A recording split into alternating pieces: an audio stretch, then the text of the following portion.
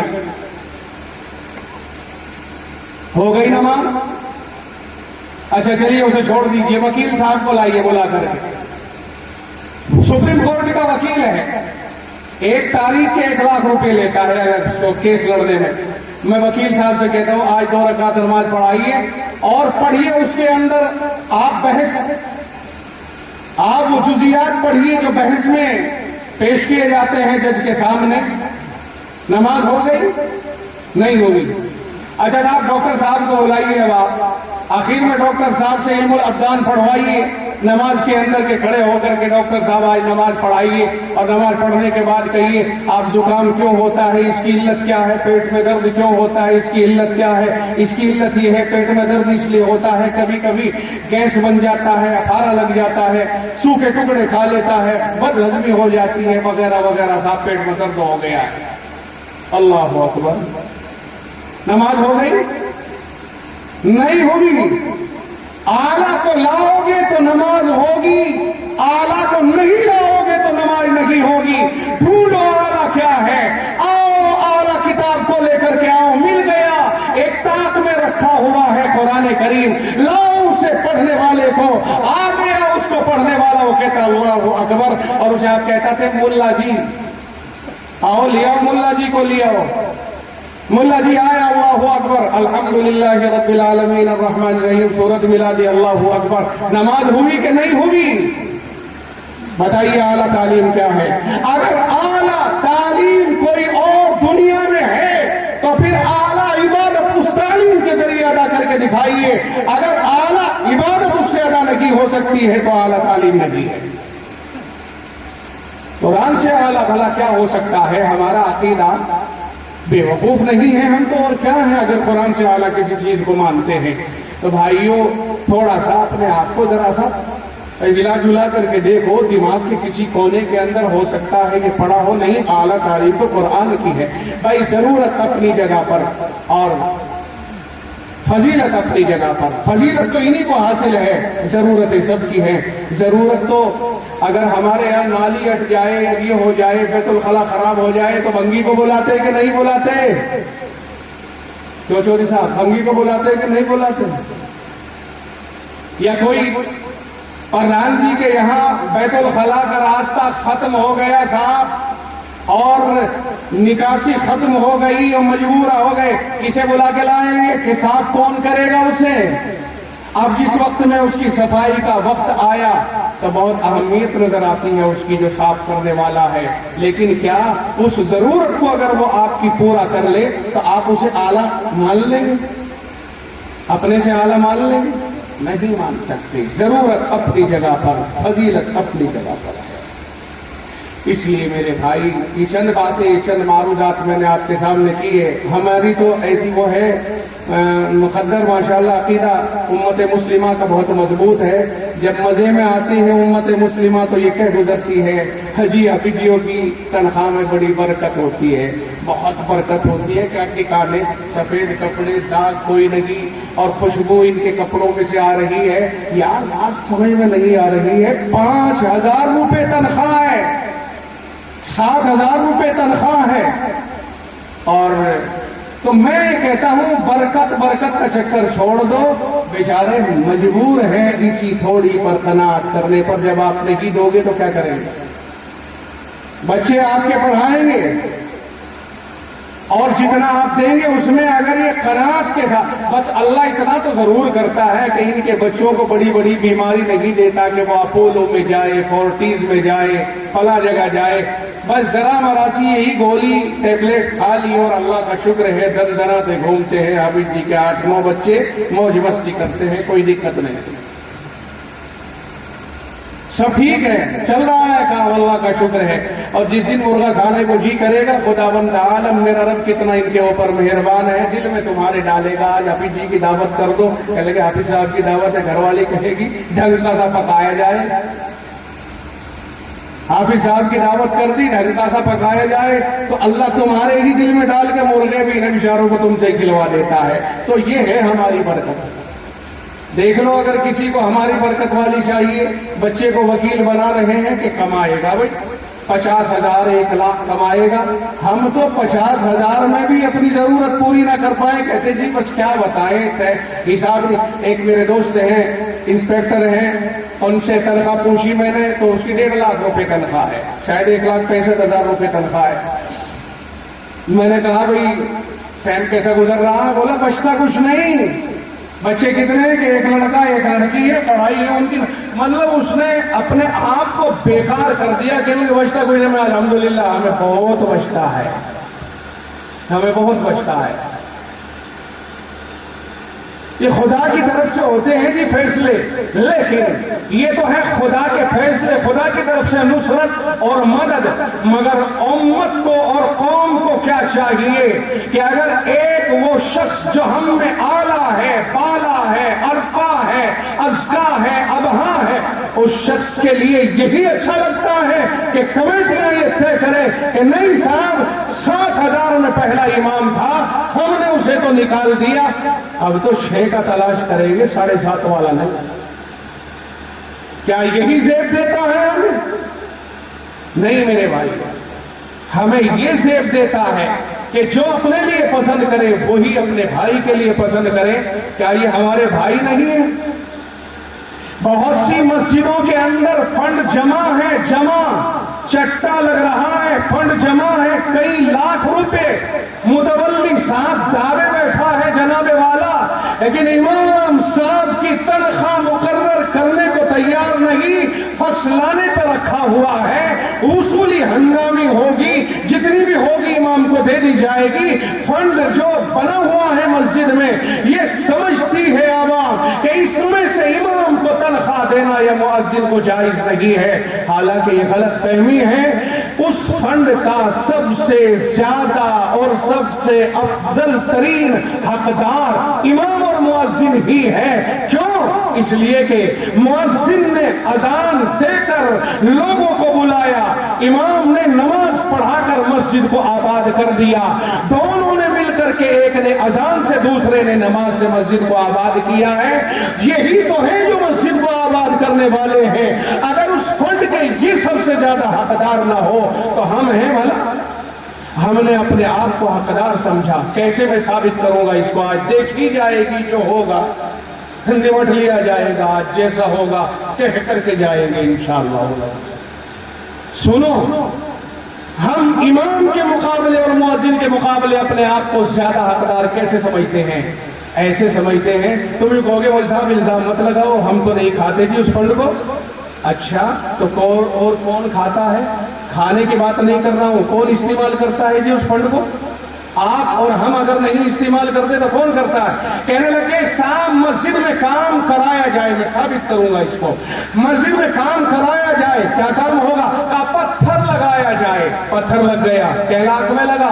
قالین بچھائے جائیں، کتنے ہزار میں آئے؟ اے سی لگائے جائے، کتنے ہزار میں لگے ہیں؟ صاحب اس میں یہ اور یہ کرایا جائے، ہو گیا 10 لاکھ روپے مسجد پر خرچ ہو گئے۔ میں پوچھنا چاہوں گا اے سی کی ہوا تم نے کھائی کہ جبریل نے کھائی؟ پتھروں پہ تم بیٹھے اور قالینوں پہ تم بیٹھے اور ہم بیٹھے یا کوئی اور بیٹھا ہے؟ اب میں پوچھنا چاہوں گا اس فنڈ کے ہم ہی حقدار تھے؟ بات پلے پڑی کہ نہیں پڑی آپ کی؟ سمجھ لو، اگر سنو گے تو بڑی کھری اور کھوٹی سنائی جائے گی اور سمجھ میں آ جائے گی، ایسی نہیں کہ نام یوں ہی ہواؤں میں اڑائی جائے گی۔ انشاءاللہ ایک ایک کی سمجھ میں آئے گی، معقول طریقے پر میں بتا رہا ہوں۔ اب تک کی جو باتیں میں نے آپ تک پہنچائی ہیں وہ سمجھ میں آئی کہ نہیں آئی؟ بتاؤ، مسجدوں میں جو فنڈ ہوتا ہے کون استعمال کرتا ہے؟ کہہ دو کہ محلے والے استعمال کرتے ہیں، کہو، سچ کہو نا، کیسے کرتے ہیں میں بتاتا ہوں۔ پتھر مسجد میں لگا، اسے استعمال کس نے کیا؟ ہم نے کیا نا۔ پنکھے بہت اچھے اچھے لگے ہیں، ہوا کون کھاتا ہے؟ ہم۔ اے سی کی ٹھنڈ میں کون بیٹھتا ہے؟ ہم۔ تو فنڈ کس نے استعمال کیا؟ بولو بولو۔ ہم نے۔ امام کی تنخواہ میں فنڈ جائز نہیں تھا اور ہمارے استعمال میں جائز ہو گیا۔ سمجھ رہے ہو قوم کی چالاکی؟ بس ذرا سا سمجھ لو، تھوڑا سا سمجھ لو۔